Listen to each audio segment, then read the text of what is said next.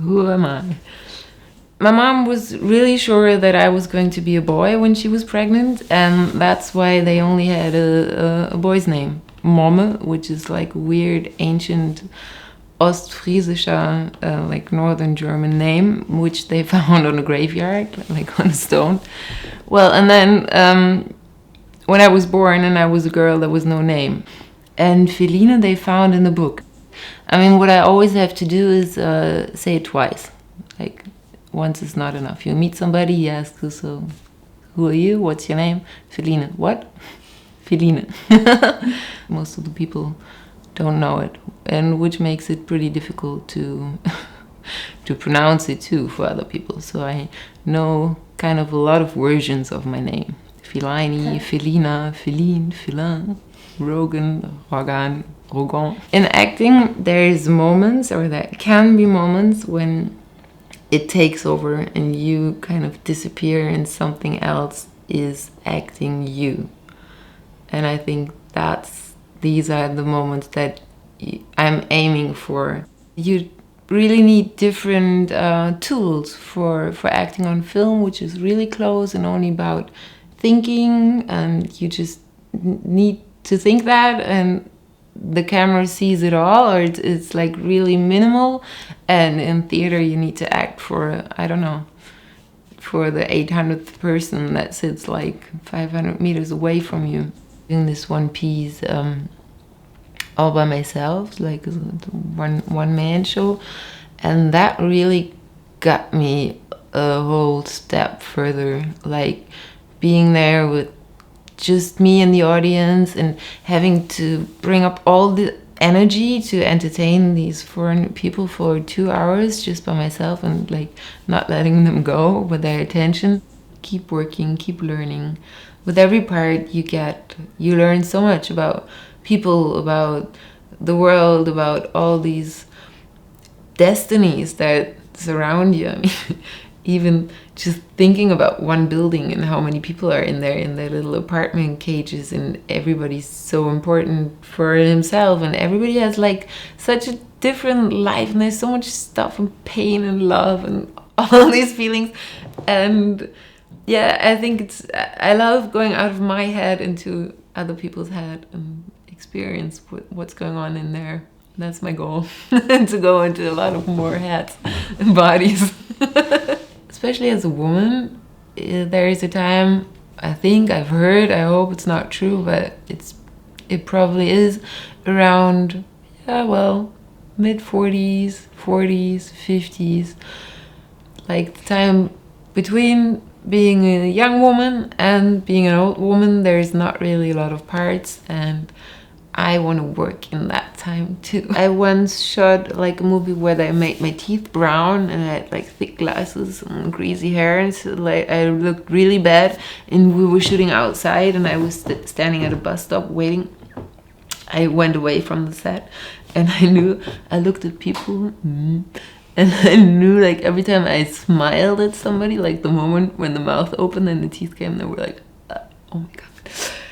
And that was really fun to experience, for how the world, the people react to you then. And I had to pee, and I went to the restaurant and asked 2 guys working there if I could use the toilet, and they were like, no, sorry, only for customers.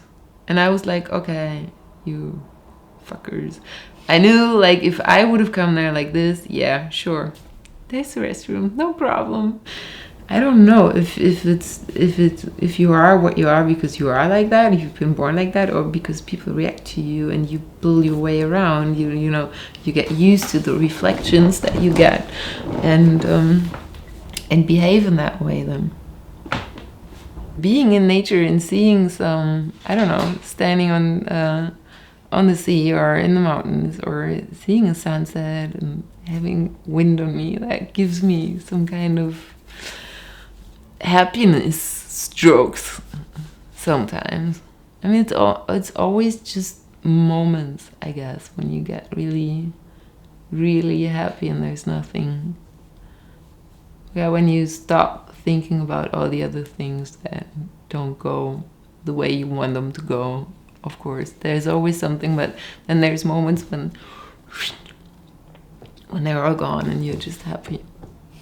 It's good. My favorite heroine is Pippi Longstockings still, because she was the first, and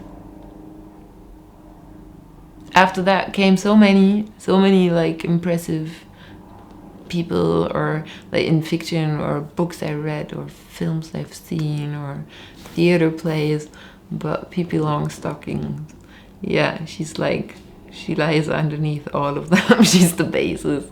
She's so independent, and she's not afraid of nothing. She doesn't accept restrictions of things being forbidden, or even of things not being possible.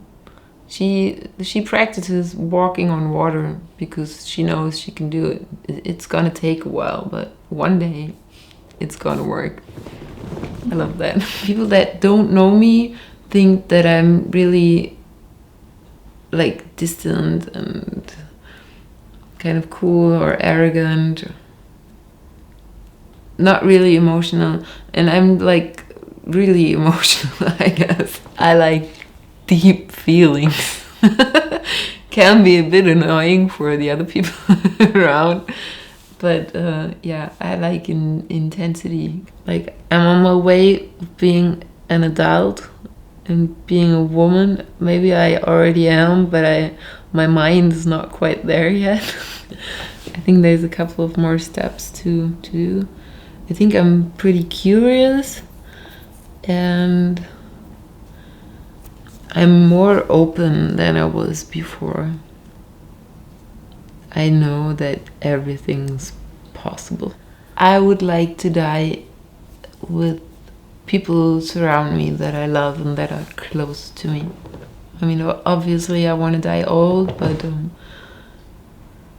I know everybody has to die alone, but I want to have as close as possible people that I have spent my life with and that I wanted to spend my life with. Yeah. I secretly dream of something like I don't know, like in the furthest extent it would be Antichrist from Last Frontier. I want to go on, like, I want to find out where my boundaries are, and I want to go over that, and I want to beat my fears and see what comes then. I wish there's like a lot of directors I still want to work with. I would love to work with, and yeah, I think there are enough goals for the rest of my life that I can look for and go after.